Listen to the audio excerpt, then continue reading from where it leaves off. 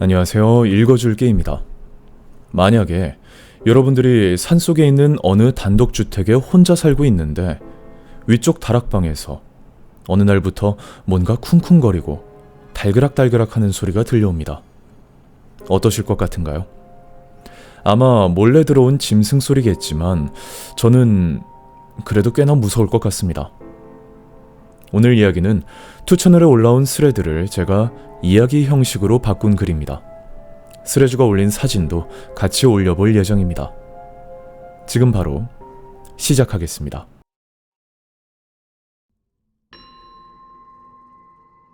한 일주일 전쯤부터 다락방에서 이상한 소리가 나기 시작했다. 다락방은 집 3층 부분에 있는 창고다. 공간도 거의 없고 캠핑용품이랑 낡은 책상, 란도셀, 악기, 옛날 카드게임 같은 것들과 잡동사니가 잔뜩 널려 있다. 평소에는 잠가두는 곳이라 생물이 들어갈 일도 없을 것 같은데 발소리 같은 거랑 괴성이 들린다. 나는 관동지방에 살고 있다. 주변에 산은 좀 있지만 깡초는 아니다. 집은 3층짜리인데 다락방에 가려면 2층 복도에 있는 천장문을 전용 열쇠로 열고 접이식 사다리를 펼쳐 올라가야 한다.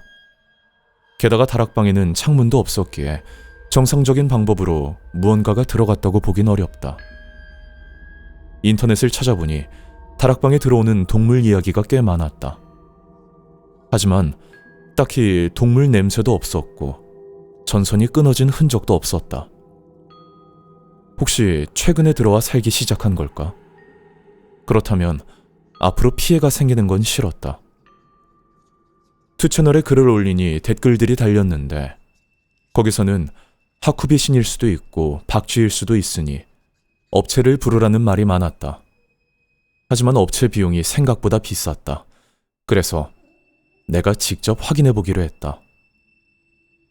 문제는 나는 동물을 정말 싫어한다는 것이다. 개나 고양이도 가까이 가기 힘든 편인데 쥐 같은 거라도 튀어나오면 정말 빨리 기절할 자신이 있었다. 그래서 최대한 무장을 했다. 코트를 입고 모자를 쓰고 청바지도 입었다. 작업용 장갑을 챙기고 90리터짜리 비닐봉투도 들었다. 그 상태로 사다리를 올라가 다락방을 확인했다. 그런데 이상하게도 동물 냄새라고 할 만한 것은 전혀 없었다. 짐승의 흔적도 배설물처럼 보이는 것도 없었다. 대신 이상한 것을 하나 발견했다. 머리카락. 여기저기 털 같은 것이 흩어져 있어서 동물의 털인가 하고 자세히 보니 사람 머리카락 같았다. 게다가 꽤 긴 머리. 우리 가족 중에 여자는 없다. 장발인 사람도 없다. 나는 천장문 바로 아래 떨어져 있던 머리카락 뭉치를 주워왔다. 게시판에 사진을 올리자 사람들도 당황했다. 이거 사람 머리카락 같은데? 쥐도 하쿠비 신도 아니잖아. 대체 다락방에 뭐가 있는 거냐?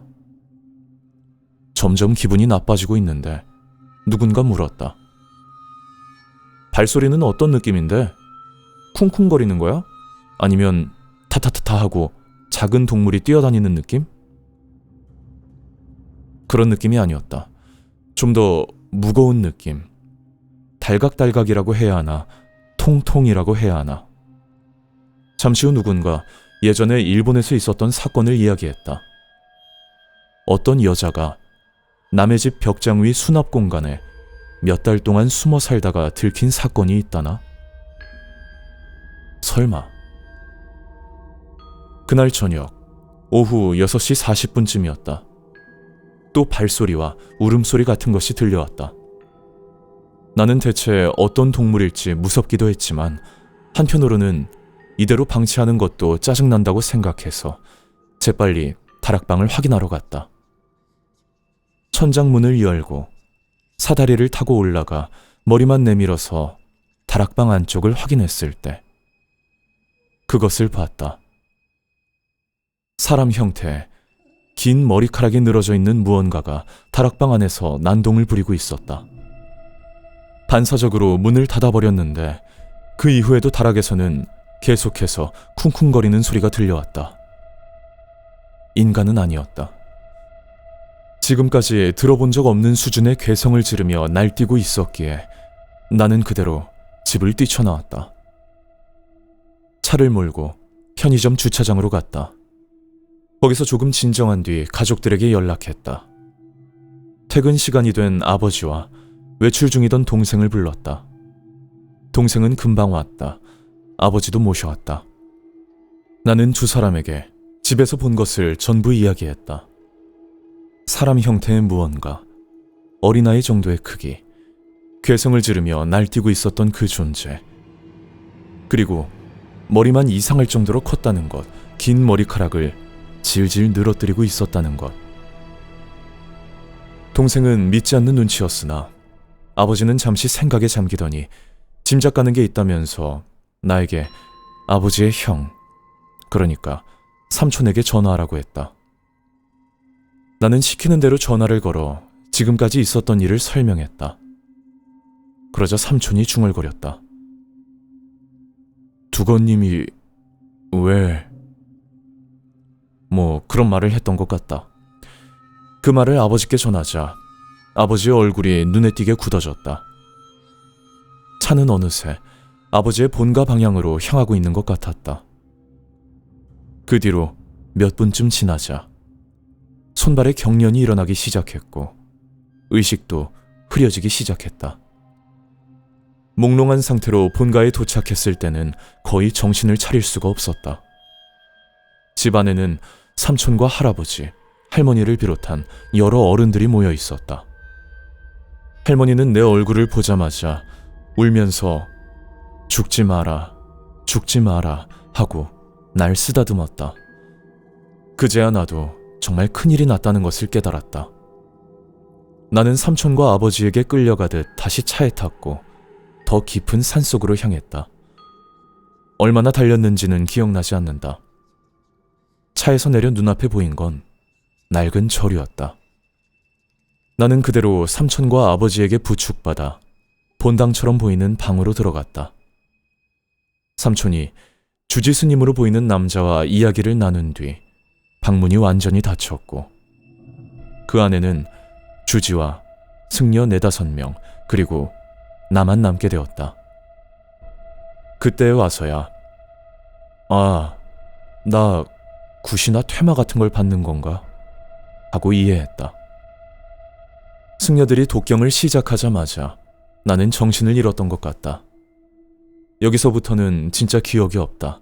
근데 의식이 잠깐 돌아왔을 때 다락방에서 본 것과 똑같이 머리가 비정상적으로 큰 놈들이 여럿 보였다. 놈들은 나와 승려들을 둘러싸고 고개를 좌우로 흔들면서 뛰고 튀고 소름 끼치는 움직임을 하고 있었다. 그런데도 승려들은 이마에 땀을 흘리면서 계속 독경을 외우고 있었다.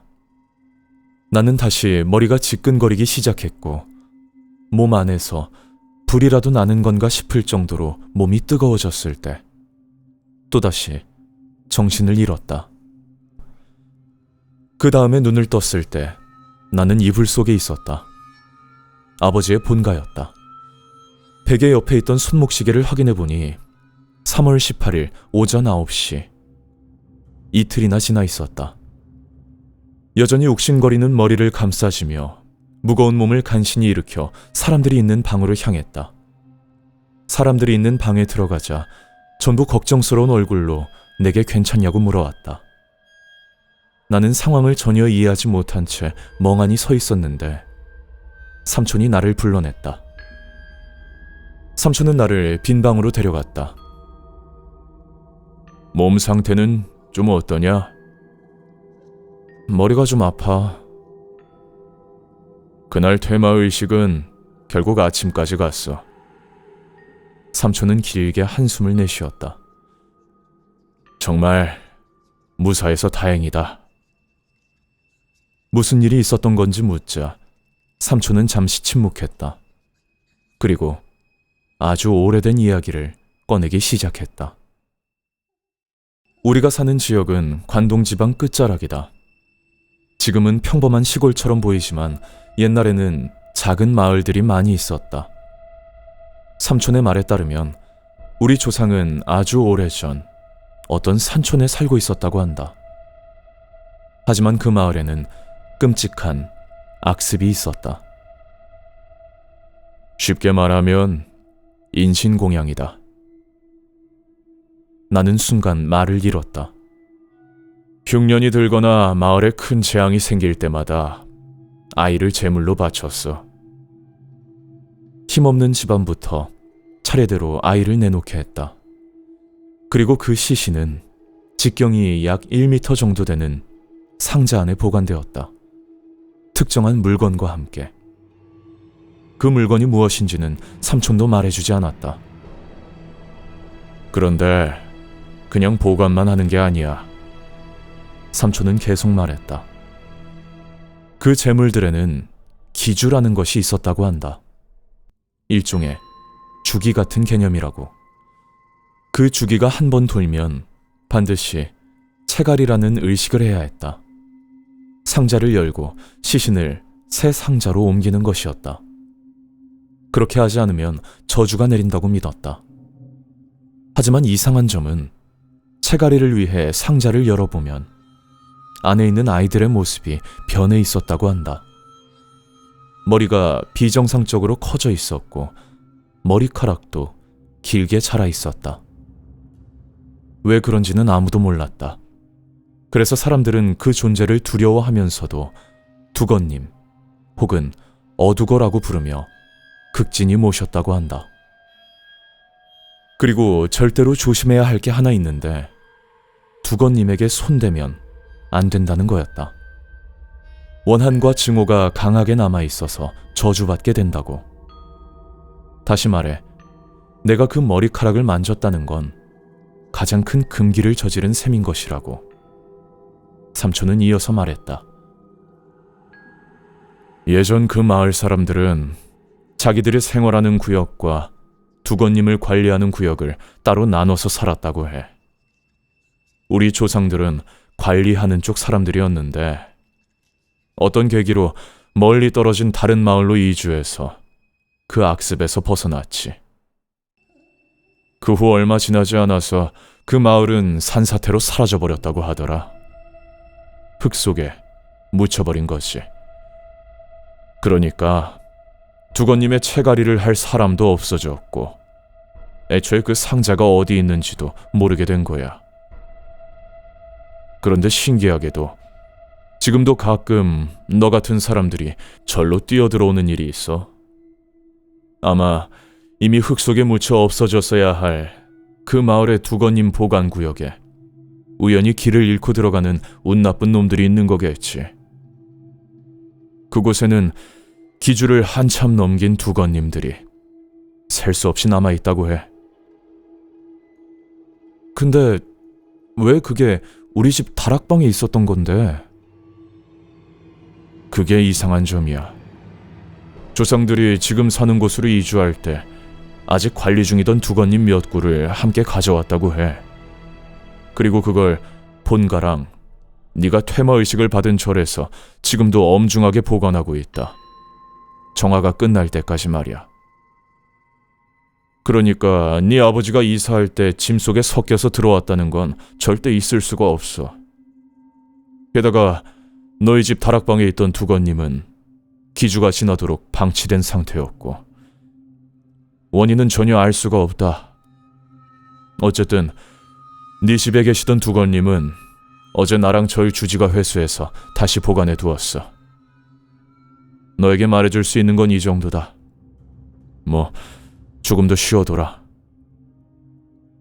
그런데 애초에 두건님은 어떻게 움직일 수 있는 거지?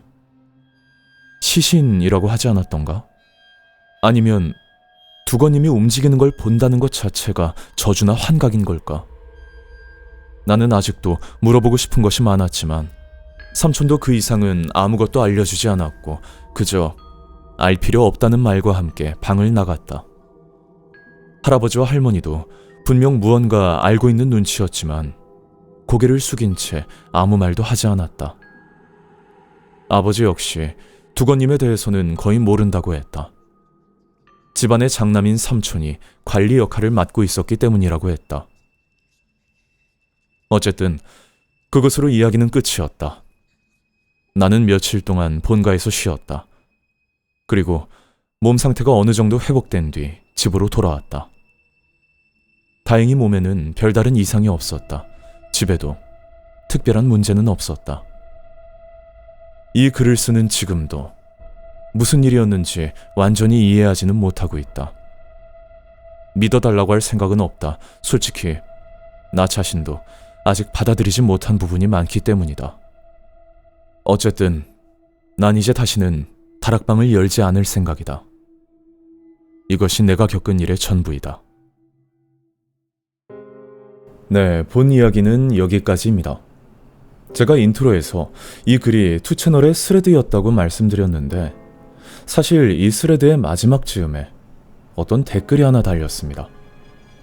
그 댓글의 내용은 여기서 삼촌이 말하는 두건님 혹은 어두거, 그 이름을 거꾸로 읽으면 거두오가 된다는 것이었죠. 유명한 괴담인 거두오와 같은 이름이라는 겁니다. 혹시 모르는 분이 계실 수도 있고 거두오 괴담은 그리 길지도 않으니 바로 읽어드리겠습니다. 몇 년 전 문득 어떤 마을이 떠올랐다. 혼자 여행했을 때 들렀던 작은 여관이 있는 마을이었다. 정성어린 환대가 인상적이었는데 왜인지 갑자기 다시 가고 싶어졌다. 연휴 때 혼자 차를 몰고 길을 나섰다. 원래 기억력에는 자신이 있는 편이라 가는 길도 기억하고 있었다. 마을 근처에 다가가자 원래는 위치를 알려주는 표지판이 있어야 했는데 그 표지판이 뭔가 이상했다. 원래는 이곳에서 몇 킬로미터 앞 이런 식으로 적혀 있었던 것 같은데 거기에는 그런 게 아닌 거두오 라고 적혀 있었다. 이상한 예감과 그래도 가보고 싶다는 마음이 뒤섞였지만 결국 들어가 보기로 했다. 차를 몰고 들어가 보니 마을은 폐촌이 되어 있었고 건물들에는 잡초와 덩쿨이 뒤엉켜 있었다. 차에서 내리려고 하던 순간 약 20m쯤 앞 풀숲에서 머리가 비정상적으로 큰 어떤 인간 같은 것이 나타났다. 뭐야 저건 하고 있는데 주변에도 같은 놈들이 잔뜩 있었다. 게다가 그 놈들이 기괴한 움직임으로 나를 쫓아오기 시작했다. 양팔을 몸에 딱 붙인 채 거대한 머리를 좌우로 흔들면서. 차에서 내리지 않아서 정말 다행이었다. 나는 미친 듯이 차를 후진시킨 뒤 엄청난 속도로 달려 국도까지 빠져나갔다. 집에 돌아와 지도를 다시 확인해 봤지만 몇 년 전에 갔던 그 마을과 그날 찾아간 장소는 틀림없이 같은 곳이었다. 하지만 나는 다시는 그곳에 가고 싶지 않다. 네, 어떠셨나요? 어쩌면 지금 읽어드린 거두오 괴담의 주인공은 두건님들을 모시던 그 사라졌어야 할 마을을 우연히 발견하게 된 것일지도 모르겠네요. 이렇게 시기가 다른 두 괴담이 맞물리는 걸 보면 참 재미있다는 생각이 듭니다. 마치 속편이나 프리퀄을 보는 느낌이랄까요. 정말로 그 일이 일어난 것만 같은 뭔가 신빙성도 더해주는 것 같고요. 네, 오늘도 이렇게 왔다 갔다 긴 이야기 들어주셔서 감사하고요. 저는 다음번에 또 다른 이야기로 찾아뵙겠습니다.